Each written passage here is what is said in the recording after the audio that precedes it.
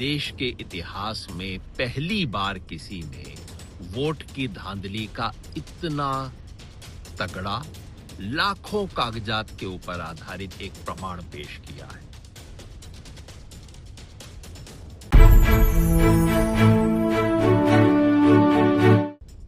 नेता प्रतिपक्ष राहुल गांधी द्वारा 7 अगस्त को वोट चोरी का आरोप लगाते हुए चुनाव आयोग और भाजपा पर जो निशाना साधा गया है, उस पर अब देश भर में बड़ी बहस छिड़ गई है।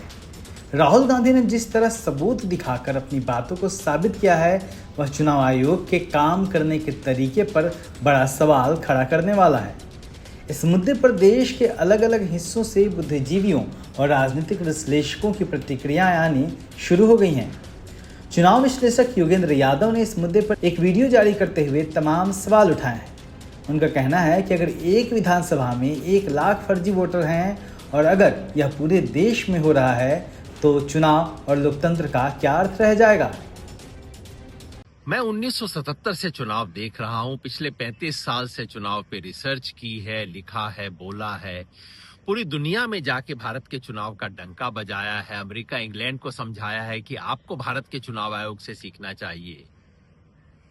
पिछले 35 साल में हारे हुए लोगों की निराशा देखी है, शिकायतें भी देखी हैं, उलझुल आरोप भी सुने हैं और हर बार कहा है कि भाई चुनाव पे अगर आरोप लगाना है तो ठोक बजा के, प्रमाण के साथ, यूं ही नहीं।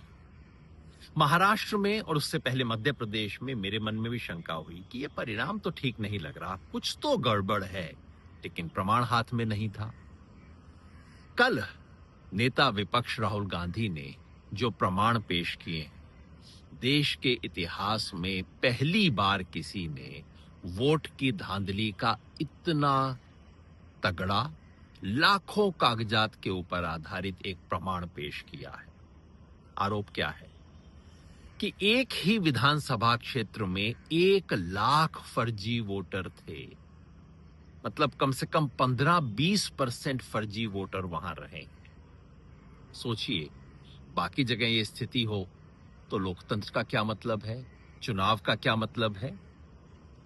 महाराष्ट्र में, कर्नाटका में, बाकी हिस्सों में चोरी हुई थी और अब यहां बिहार में जहां मैं हूं, वहां अब SIR के नाम पर डकैती हो रही है।